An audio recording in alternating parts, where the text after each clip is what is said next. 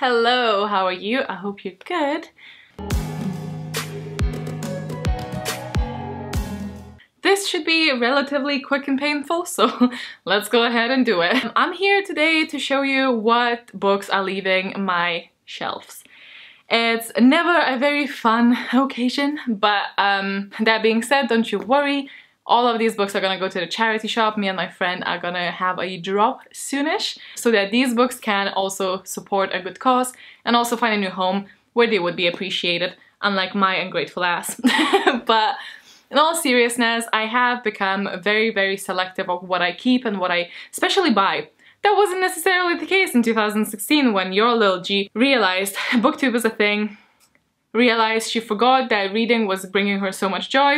Everything went right straight to my basket. Most of the things are here because I simply just don't really have a lot of interest or drive to pick them up anytime soon. If I want to, I'll go to the library or I'll go to the same shop for secondhand shopping and I'll get them. Most of these books are the books that I have not read, but some of them are gonna be a bit shocking, and some of them are here because I've read them and I didn't really like them. I mentioned that in my vlog as well, but I am working on it still, but I'm very, very bad at unhauling the books that I have read, however didn't really enjoy them as much. I'm talking like midway 3 stars. It wasn't terrible, but it wasn't like blood boiling, made me angry, wanna burn it kind of thing.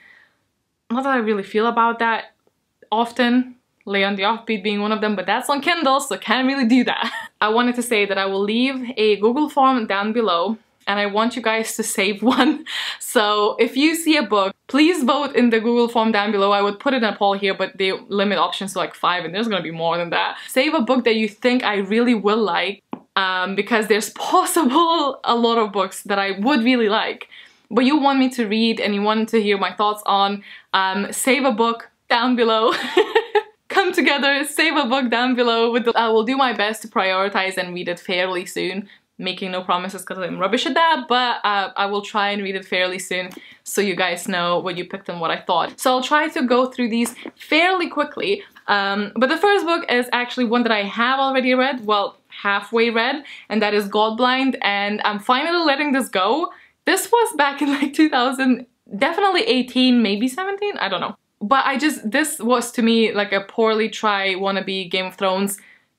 It really frustrated me, not because of that vibe, but because it was just so try hard and half of the things just didn't connect at all, and so many POVs, was not a fan. So I am letting go of this one finally because I was like, why is it still here? But I like the cover and I did read half of it and I have like memories attached to it. Maybe that's what it is. Okay, the next one is J.K. Rowling's Casual Vacants. This actually was supposed to go to the charity shop to begin with, so it's really just going back.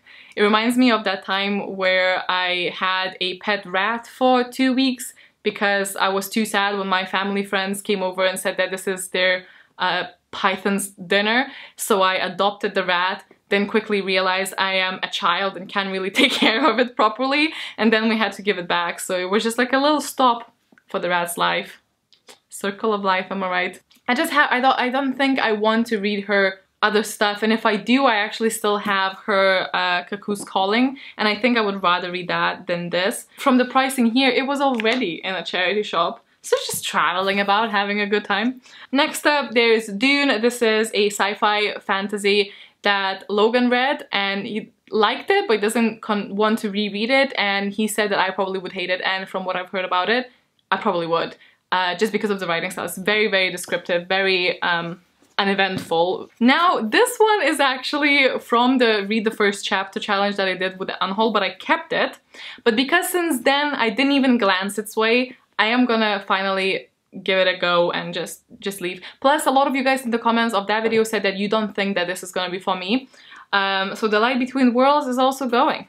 The Beckoning Shadow is one of the examples that I get a book in a subscription box, so obviously I didn't pick it myself, and so it obviously is a higher chance, so there's probably going to be quite a few. It's a higher chance that it's not going to be a complete, like, great fit for me, but a lot of them, when I get them and I read a synopsis, I'm like, that's quite intriguing. But then obviously, as time goes, some of them pique my interest constantly and then I go ahead and read them, or like keep them to read later, and some of them just like go out of my memory and I don't think about them and I look at them again and I'm like, I don't know when in the future, in the nearest future, will I ever read them. So this is one of them. Now this is another one. And for this one I actually did read the first couple of pages just to see, because oh my god, I love this cover so much. It's beautiful, it's so pretty, but it's not a reason to keep a book, I keep telling myself. But it's all about these sisters that are supposed to like get back the control of their, I don't know, you know the usual.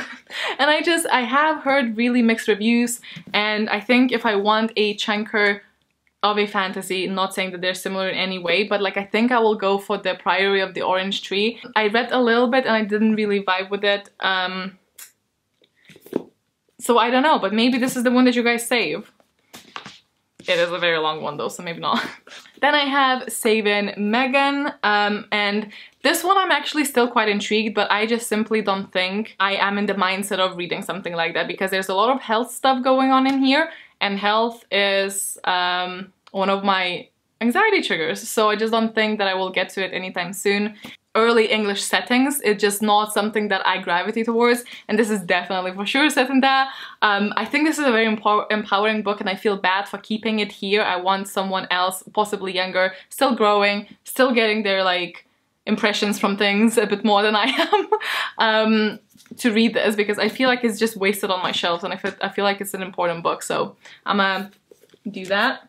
Now another one that I have actually read and was definitely like midway 3 stars, closer to like 2. One of Us is Lying.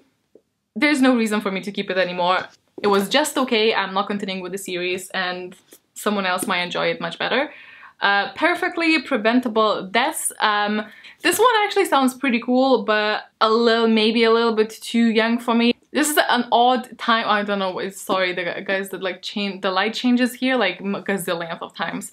Perfectly Preventable Deaths going there as well. Pantomime, I was very excited at the beginning because it said it's from like a non-binary character's perspective. But then I think a couple of you guys said that it's actually done really badly. So, and other than that, it didn't intrigue me that much. So I am giving that away as well. Then there's also Circle of Shadows. Again, I don't know too much about it. It just didn't call. Next up we have The Forest of Thousand Lanterns, and just no interest again. Another book that I've read and kept because of the beautiful cover is The Miniaturist. This one was actually quite frustrating, but I have the memories of the quarterly book club back in the day there. You know, again, kept for the memories, but I have the memories. It's not like the memories are gonna go away when I give away the book, and it's just time for it to go so I can make more space. Funny that, because I took all of these books out and it's still somehow crammed and there's no extra space. So I don't understand the logic. Then we have Beyond the Darkened Shore. Oh, maybe this is the one with the water. I think this is the one with the water. Circle of Shadows, and must be something else. It's very coastal, so it's a very water-related read. Again, not a setting that I am most known for liking, so it's going here as well. But I don't even know, I don't even remember the reason, but it's just not something that I see myself reading anytime soon, unless you guys vote down below. Another one that I've read, and honestly every time I look at it, it makes me sad.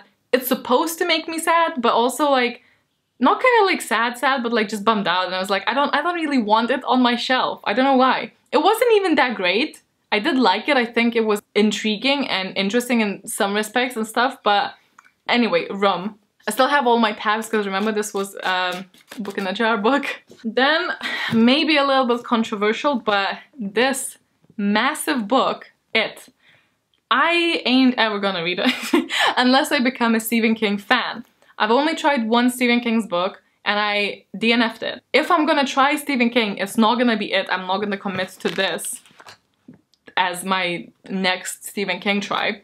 Logan has read it and does not plan on rereading it, and honestly I am trying to get more space in my bookshelves, and undeniably takes a lot of space. So then I have Mirage, and this is simply here because I actually do still kind of want to read it when I need like a lighter read.